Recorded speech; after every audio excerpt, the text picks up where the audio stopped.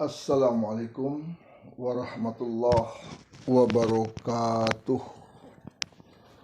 Alhamdulillahi rabbil alamin. Wassalatu wassalamu ala asrafil anbiya'i wal mursalin wa ala alihi wa ashabihi wa man tabi'ahum bi ihsanin ila yaumiddin. Alhamdulillah, puji dan syukur marilah kita ucapkan kehadirat Allah Subhanahu wa taala atas nikmat yang masih diberikan Allah kepada kita sehingga kita dapat kembali bertemu, menambah ilmu pengetahuan kita tentang agama kita, tentang Islam, tentang Al-Quran, dan tentang sunnah Nabi SAW. Semoga ilmu yang kita tambah, ilmu yang kita dengar, ilmu yang kita tuntut dapat menyelamatkan kita di dunia dari segala macam bentuk kemaksiatan, segala bentuk perbuatan dosa, dari gangguan jin, dari gangguan manusia, dan terselamatkan di akhirat dari azab Allah Subhanahu wa taala. Selawat dan salam marilah kita tujukan kepada Rasulullah sallallahu alaihi wasallam, kepada keluarganya, sahabat-sahabatnya, dan orang-orang yang telah mengikuti sunnahnya sampai hari kiamat. Pendengar yang dimuliakan oleh Allah Subhanahu wa taala, bahwa Allah Subhanahu wa taala telah menetapkan manusia itu memiliki musuh di dunia sampai akhir zaman nanti. Musuh yang ditetapkan oleh Allah Subhanahu wa taala yang Allah katakan dalam Al-Qur'an, Allah terangkan, bendanya tidak nampak, tidak jelas, tapi Allah katakan dia musuh yang nyata. Allah terangkan dalam Al-Quran, inna syaitana lakum aduwwum mubin. Sesungguhnya setan itu musuh kamu yang nyata. Fattakhidu aduwa, maka jadikanlah dia sebagai musuh. Jadi kita tidak boleh berteman, berkawan kepada syaitan, jalan-jalan setan. Maka Allah juga melarang kita mengikuti langkah-langkah setan. Oleh sebab itu, setan ini ingin berusaha menyesatkan manusia, menggelincirkan manusia, agar manusia jangan masuk ke surga, jangan bahagia di dunia, jangan bahagia di akhirat. Maka jalan yang ditempuh oleh setan itu adalah melakukan perbuatan-perbuatan yang dilarang oleh Allah Subhanahu wa taala. Akan tapi Allah Subhanahu wa taala memberikan senjata yang ampuh bagi anak Adam, bagi manusia untuk menghadapi setan ini, menghadapi musuh ini. Maka Allah Subhanahu wa taala turunkan nabinya, nabi ajarkan syariatnya. Diterangkan oleh Allah Subhanahu wa taala dalam Al-Qur'an surah Al-A'raf ayat yang ke-27. Inna ja'alna syayatin awliya'a lilladzina la yu'minun.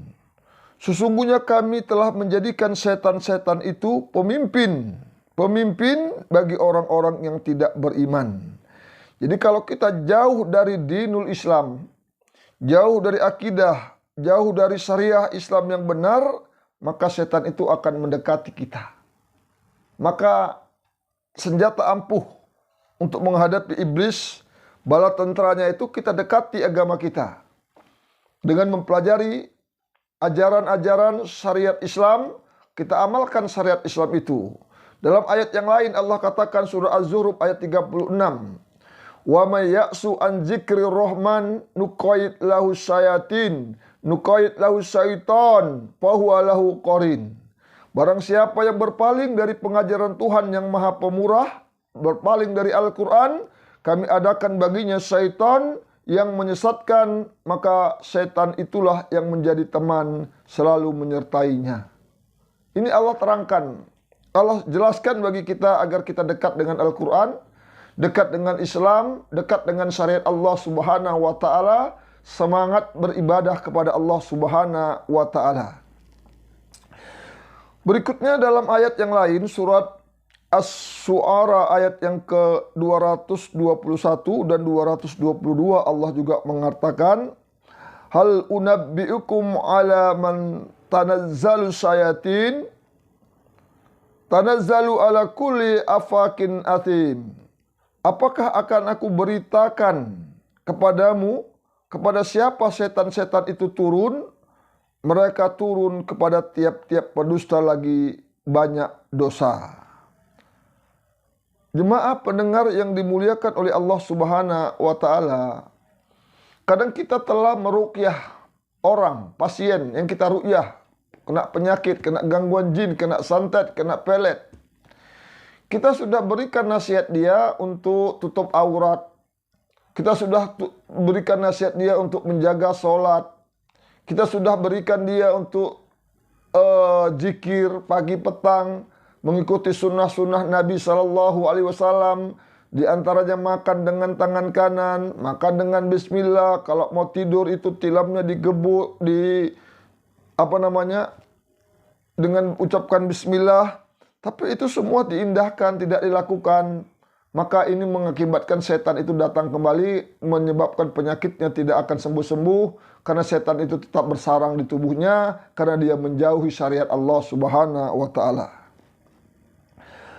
Karena Allah Subhanahu wa ta'ala telah menjelaskan dalam Al-Quran surah Al-Hijr ayat yang ke-42, Inna ibadi laisa laka alaihi sultanun illa manittaba'aka minal ghawin. Sesungguhnya hamba-hambaku tidak ada kekuasaan bagimu terhadap mereka, kecuali orang-orang yang mengikut kamu, yaitu orang-orang yang sesat. Jadi kalau hamba-hamba Allah itu tunduk kepada Allah, ikuti syariat Allah. Kita berhias dengan syariat Allah Subhanahu wa ta'ala. Kita ikuti syariat Allah Subhanahu wa ta'ala. Orang-orang yang kena santet, penyakit yang enggak sembuh-sembuh, yang penyakitnya di luar medis, yang aneh-aneh, maka kembali kepada syariat Allah Subhanahu wa ta'ala. Ikuti syariat Allah Subhanahu wa ta'ala. Ikuti Al-Quran, ikuti sunnah Rasulullah SAW. Dekatkan diri kepada Allah Subhanahu wa ta'ala dengan mempelajari agama ini dengan sungguh-sungguh dan amalkan dengan sebaik-baiknya. Minta pertolongan kepada Allah Subhanahu wa ta'ala. Karena Allah sudah mengatakan, Inna ibadi laisa laka alaihi sultan. Sesungguhnya hamba-hambaku tidak ada kekuasaan bagimu terhadap mereka. Ini dikatakan Allah kepada syaitan. Syaitan itu tidak bisa menguasai hamba-hamba Allah, orang-orang yang taat kepada Allah Subhanahu wa ta'ala. Orang yang selalu bermohon, berdoa, mohon perlindungan kepada Allah dari segala macam tipu daya syaitan ini. Dalam ayat yang lain juga Allah mengatakan surah An-Nahl ayat yang ke-16. Surah An-Nahl surat ke-16 ayat yang ke-99.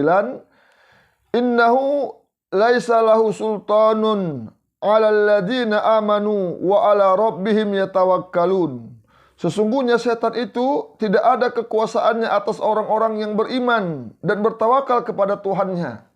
Jadi kalau kita selalu kena gangguan setan, selalu kena santet misalnya, selalu kena sihir misalnya, udah kita ruqyah, nggak sembuh-sembuh, maka kita perbaiki keimanan kita.